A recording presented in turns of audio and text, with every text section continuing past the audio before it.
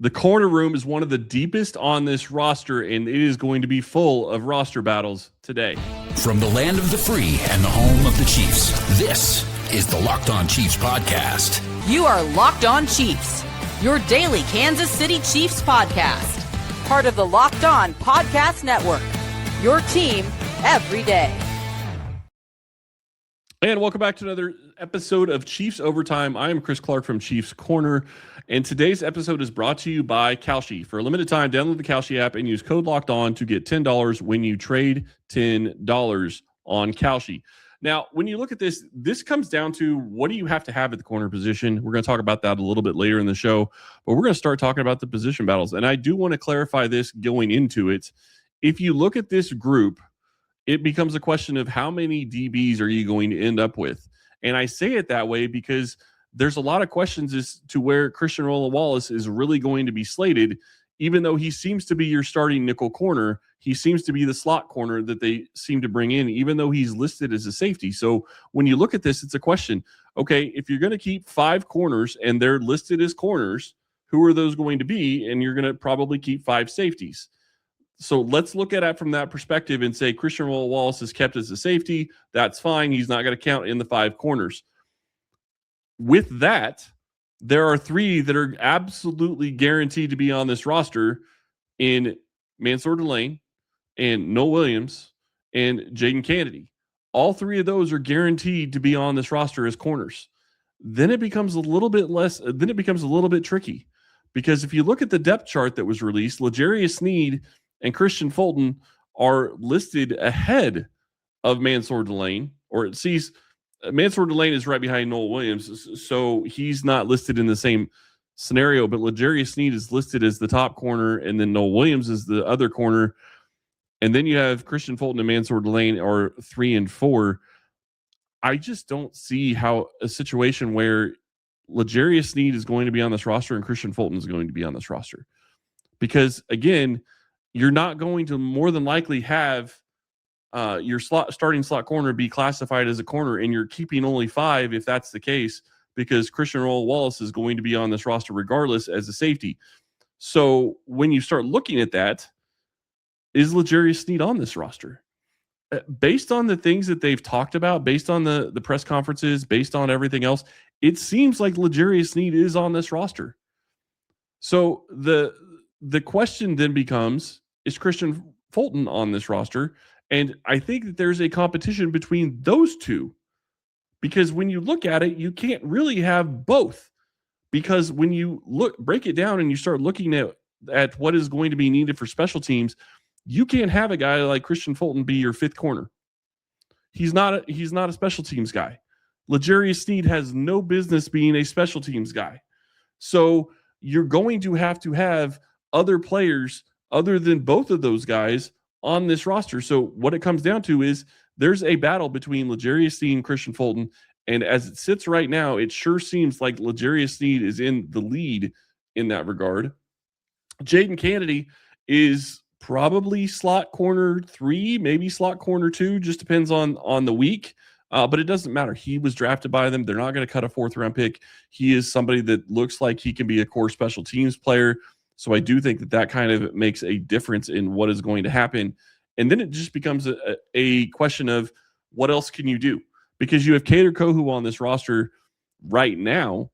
I don't think he can make the game day roster. If you're going to have Sneed, I don't think you can have Kristian Fulton or Kader Kohou, because you have to have guys that can step in and play teams at that position as gunners or as guys, doing different things on special teams. So I just don't see a scenario where Sneed, Kristian Fulton, and Kader Kohou are making this roster. It's going to come down to likely one of them, and that's the big question when you get into this: is which one is it going to be? It seems like it's Sneed at this point. It seems like he's going to be a guy that the coaching staff trusts, and they expect him to be on this roster for the regular season. He hasn't practiced, so I don't know how that's shaping out. It does not make sense to me. The direction they seem to be going in that regard is that it does look like he is going to make this roster. So at that point, you look at the rest of it and it's like, okay, so you have, D'Arco, Perkins, McAllister, you have Melvin Smith, Kevin Knowles, Kyer Elam, and Zelmar Fetter are the other corners on this roster. And really, I think the reality is that you're going to have Nohl Williams, Mansoor Delane, Jadon Canady, L'Jarius Sneed, and I would guess probably Kevin Knowles, because you need somebody that can play that gunner role. You need somebody that can come in and give you that ability at the corner position. And I don't think you can have both L'Jarius Sneed and Kristian Fulton on this roster. And when we get back, we're going to talk about what the corners must have and where we are going from here and what to look for in game number 3. That's coming up right after this. Before season even kicks off, everyone's making predictions. Who wins the division? Who makes the playoffs? Who's lifting the trophy at season's end? On Kalshi, America's #1 prediction market platform, you can trade these predictions in a live market. Are the Kansas City Chiefs going to win the AFC Championship this season?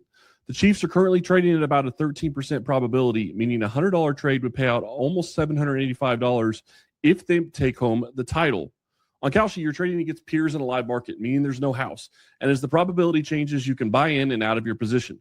Trade the draft pick, the game, and more on Kalshi. Download the Kalshi app and use code LOCKEDON to get $10 when you trade $10. KALSHI, Kalshi. Trade on anything. 18 plus only. Restrictions and eligibility requirements apply. Event contract trading involves risk and may not be suitable for all investors. Kalshi products are not available in all jurisdictions. Prices, values, and available markets may differ from those mentioned. For more information, see kalshi.com/regulatory. Support for today's episode comes from Square. Behind so many of the local businesses people visit every day is Square, a platform designed to help businesses sell, manage, and grow. Whether it's a neighborhood coffee shop, a packed sports bar on game day, or your favorite restaurant, Square brings payments, banking, and more together in one connected system. It helps business owners spend less time managing technology and more time focusing on their customers. Square isn't just a payment processor. It's a complete business platform built to simplify the day-to-day. From accepting every major payment method to managing inventory and helping businesses access their earnings faster, Square gives owners the tools they need to run their businesses with confidence. It's the little things for me. Like when I go to a restaurant down the street and it's slammed, but the staff never looks stressed. Or when the checkout is fast, no matter how busy it gets. You're not waiting around, nothing feels chaotic, and it just feels organized. That kind of experience usually comes from having Square keeping everything connected in the background. If you're starting a business or running one that deserves better tools, Square helps you sell, manage, and grow without slowing down. Right now, you can get up to $200 off Square hardware at square.com/go/lockedonnfl. That's SQUARE.com/GO/lockedonnfl. Run your business smarter with Square. Get started today. There are more live events than ever before we're seeing right now. Games, concerts, comedy shows, festivals. The hard part usually isn't deciding what you want to attend. It's actually getting the tickets.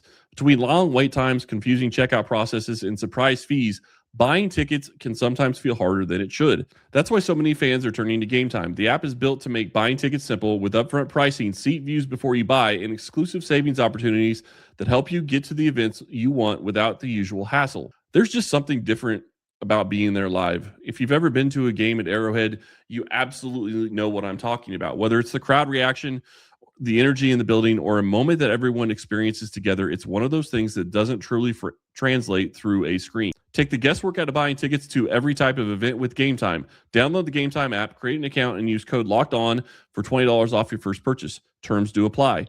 Again, create an account and redeem code LOCKEDON for $20 off. Download the Game Time app today. What do you need at the corner group? That's the big question. Again, I think that as we're sitting here looking at this right now, it seems like that the Chiefs are going to be going with Christian Roland-Wallace as your starting slot corner. If that ends up being the case, then it's a question of what else do you need? You need outside corners. So if we look at this group, I think you saw plenty in preseason game number 2 that Mansoor Delane is going to be a guy in this league, and it's going to happen very quickly. You saw the recognition that he had. You saw his speed. You saw him, his ability to, get guys to push inside when he's maybe blocked out of a play, but still making it to where the defense can make a play. That's exactly what you want to see from a rookie, especially in his first NFL action. So really excited to see what he can build on in year 1 off his first preseason game. I don't think we see him at all in preseason game number 3. I would be very surprised if we see him in preseason game number 3. Although, to be fair on that, the other side of it is he hasn't got that much time on the field because he has been hurt So it's a question of, do they want to put him in a scenario where they put him out there so he gets more reps to try to get more ready for week 1 against the Broncos? I could argue both sides. I would be surprised if he plays. Nohl Williams is another one I don't think will be playing because he is a starter. He is looked at as corner number 2 on this roster. I think you could throw him out there as corner number 1 right now, but Mansoor Delane is going to be taking that, I think, fairly quickly. I don't think that that's going to take very long in the season for teams to figure out. You don't want to be throwing it his way. It just looked like it was all clicking for him. And I'm really excited to see what you have in Nohl Williams in year 2, because I thought that he looked better and better as the season went on last year, and now will get a chance to be a full-time starter. Then it becomes the question, what do you need at corner 3? If you have slot corner as Christian Roland-Wallace and he's a safety, what do you need at corner number 3? You need a guy who can step in and play. Really, any of those 3 positions would be best, which makes sense why they would want L'Jarius Sneed to be that guy. I just can't see a scenario where it's a great situation for Kansas City, because then you're putting him out there as a guy that hasn't practiced at all and hasn't played, and you're expecting him to come in and be able to take snaps from one of the starters if something happens to the starter. Like, that does not seem like a good scenario. And then you also are putting him in a position where he could play nickel corner, which is another scenario I don't like, because you're asking a guy that doesn't have great knees to go out there and be able to go either direction at any time and pivot. Like, that is not a great situation for Kansas City. So I don't love where they're at with this third corner position, this third corner. You get to corner 4 or corner 3 if you're not talking Sneed as corner 3. Jadon Canady is going to be on this roster mainly because he was a draft pick, but I also do think that you've seen things from him in the first couple of preseason games.